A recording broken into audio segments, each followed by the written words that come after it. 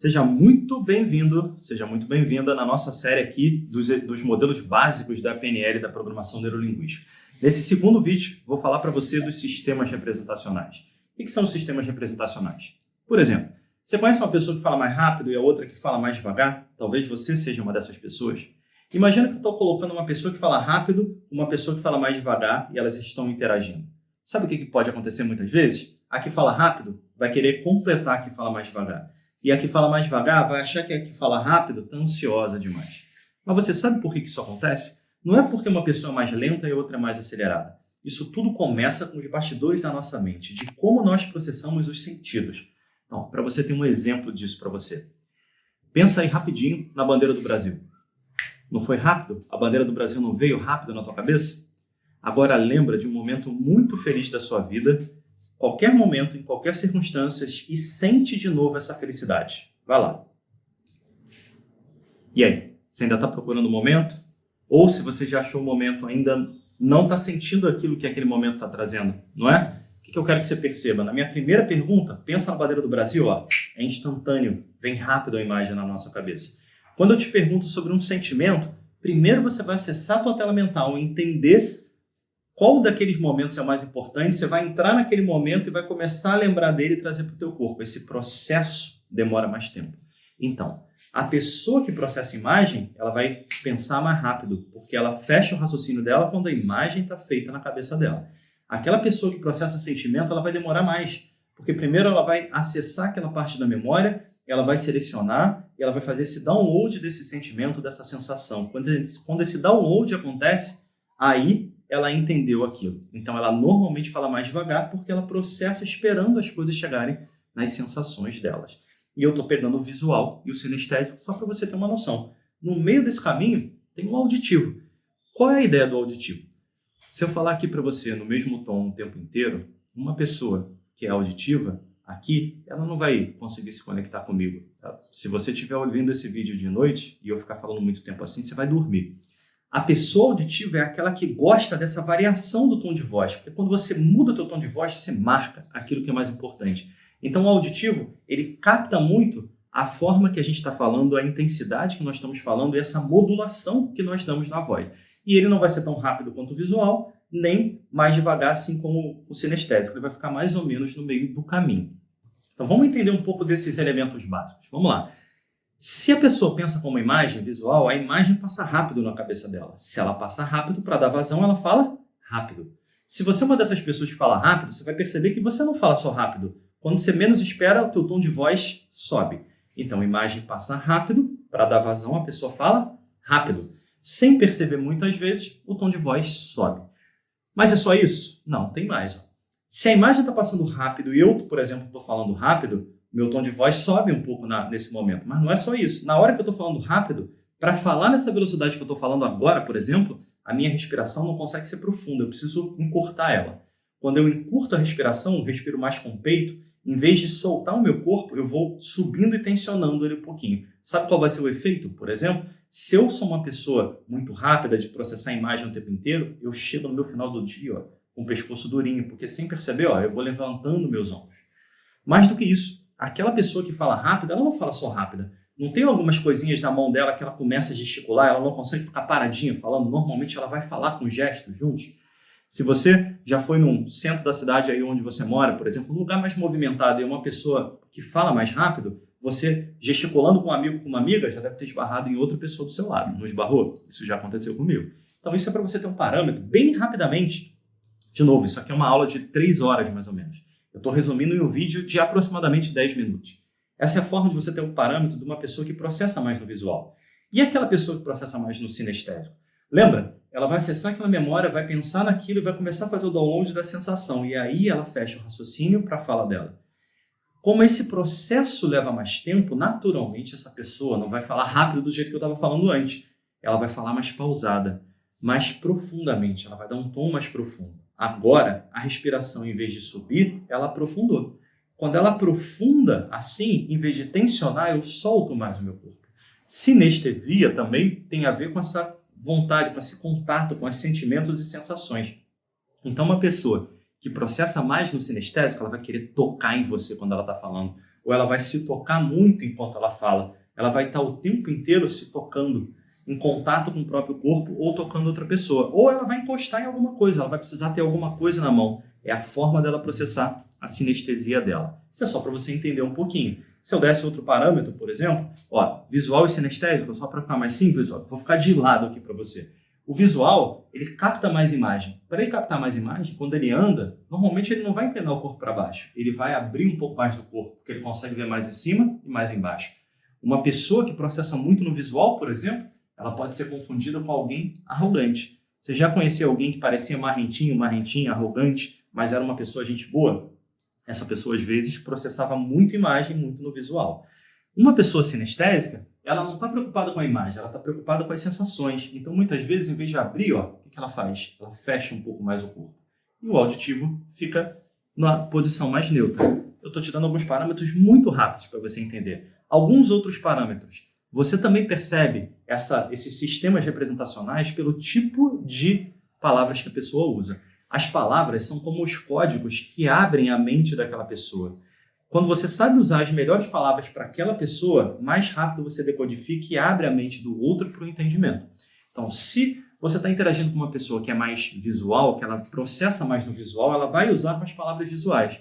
Olha o que eu estou vendo, me mostra aquilo ali, isso aqui eu não consegui ver da forma como você falou. Se ela usa esse tipo de palavras, escuta. Aproveita aquela palavra e quando for sua hora de falar, usa a mesma estrutura de palavra por dentro do seu argumento. A mesma coisa para o sinestésico. Não consegui sentir isso. Não peguei ainda a ideia. Senti, peguei a ideia. Se você escuta alguém falar assim, na hora que você for argumentar, usa um pouco das palavras dessa pessoa, que isso vai te dar um funcionamento bem bacana de encaixe. Por quê? Se eu pedisse para você aqui, se a gente tivesse várias pessoas numa sala, e eu pegasse duas palavras, por exemplo, amigo e inimigo, e pedisse para cada pessoa descrever embaixo todos os significados que essas palavras têm dentro de cada um, você tem dúvida de que vão ter coisas em comuns, mas vão ter várias coisas diferentes dentro desse cenário? O que isso quer dizer? Cada palavra, cada sistema da pessoa, tudo aquilo que você viveu, tudo aquilo que você construiu como seu eu, dá um conjunto de significados diferentes para aquela palavra. Quando eu aprendo a usar aquela palavra que o outro usa na minha linguagem, na hora que eu estou me comunicando, eu estou levando para o outro o código que já está organizado na mente dele. Então fica muito mais fácil o entendimento. Exemplo disso, você já deve ter explicado alguma coisa para alguém, aquela pessoa não entendeu, veio outra pessoa e explicou diferente e ela entendeu tudo. Ou ao contrário, alguém explicou para uma determinada pessoa na tua frente, a pessoa não entendeu, você mudou a forma de explicar e ela entendeu tudo. Por que isso está acontecendo? Um dos motivos é porque quem explicou e fez a pessoa entender tudo usou palavras dentro do código que ela já tem de significados na mente dela. Tudo que eu estou falando aqui para você é só um pouquinho de sistemas representacionais. Ele é muito mais do que isso. Eu já dei uma passada rápida aqui de sistemas representacionais preferenciais. Então, como são as suas preferências na hora de você falar na tua linguagem verbal. Falei um pouquinho aqui também dessa parte da linguagem corporal, como isso vai para o teu corpo. Mas tem muito mais do que isso. Tem, por exemplo, o movimento dos olhos. Para onde você move os olhos, isso dá uma noção de para onde que você está indo o teu pensamento. Então, um exemplo. Se eu pergunto para uma pessoa, cara, pensa aí na tua música favorita e toca ela na tua cabeça. E ela olha para cima, por exemplo, para o seu lado aqui. Ela olha para cima, depois ela olha lateralmente, depois ela olha para baixo. Se ela olha, por exemplo, para o lado esquerdo dela, ela está olhando para cima, está olhando para o lado e está olhando para baixo, ela está vendo a imagem, talvez, do clipe da música ali, ela está pensando na música e começando a cantar em cima, direto ali na cabeça dela, e se ela olha para baixo, ela está validando um pouco disso.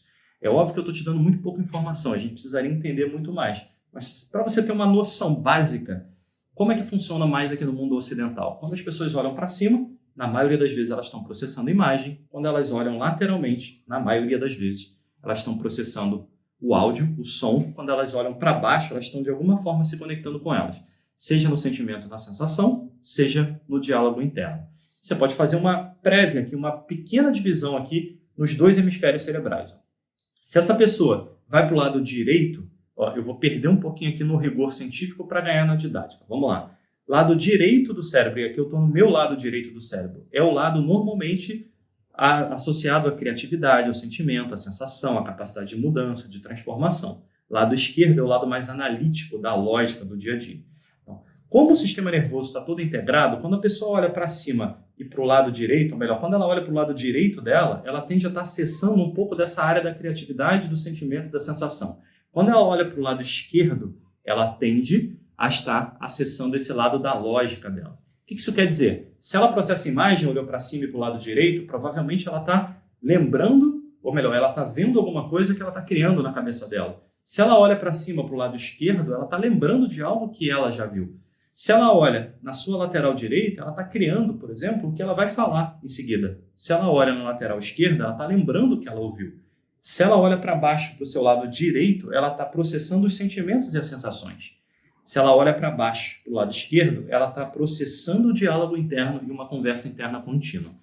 É óbvio que isso aqui que eu estou falando para você é como a maioria das pessoas responde, mas você precisa de vários outros dados para conectar isso.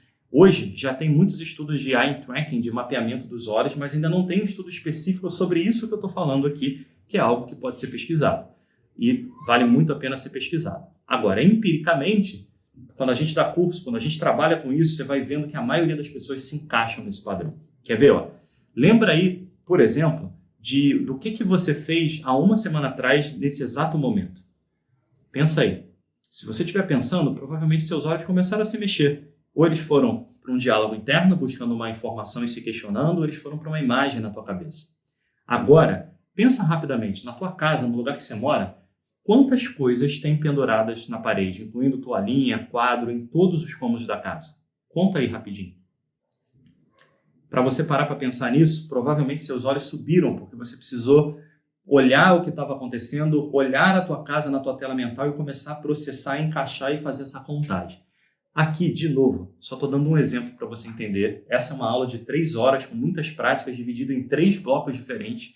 E eu resumi muito, mas muito mesmo esse bloco, só para trazer aqui uma sementinha da PNL que faz muita diferença na vida. E como não pode deixar de acontecer, desafio para você aqui dentro desse vídeo. Qual é o teu desafio? Começa a perceber qual é a sua preferência. Quando você está falando, você usa mais palavras visuais, auditivas, sinestésicas ou neutras, sem entrar no vocabulário dos sentidos. Neutra, e aí para ficar mais fácil, perceba os verbos que você usa e os adjetivos que você usa, que já vão te ajudar bastante nesse início. Segundo desafio, quando escolhe uma ou 2 pessoas do teu convívio, escuta essas pessoas, ela usa mais palavras o quê?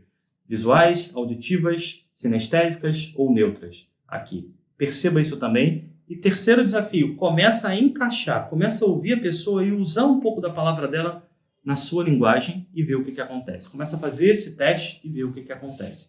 Mais um desafio para a gente fechar esse vídeo. Perceba também se você fala mais rápido ou mais devagar. E perceba as outras pessoas ao seu redor, 1, 2, qual é a velocidade da fala. Procura equacionar um pouco dessa velocidade, nós vamos falar mais isso no terceiro bloco aqui, na parte 3 da PNL, quando a gente falar de rapport, calibração, backtracking, no próximo vídeo. Mas já para adiantar, começa a igualar um pouco a velocidade de fala e, de novo, perceba o que acontece. E aí? Gostou do vídeo? Tá te ajudando um pouquinho? Eu sei que é muito conteúdo e eu tô falando bem rápido aqui, só pra gente plantar uma semente. Mas se ajudou um pouquinho, deixa teu like, curte aqui o canal, se inscreve se você ainda não tá e compartilha isso com alguma pessoa que possa precisar um pouco dessa bagagem da PNL. A PNL faz muita diferença na nossa vida. Beijo no seu coração e nos encontramos no próximo vídeo.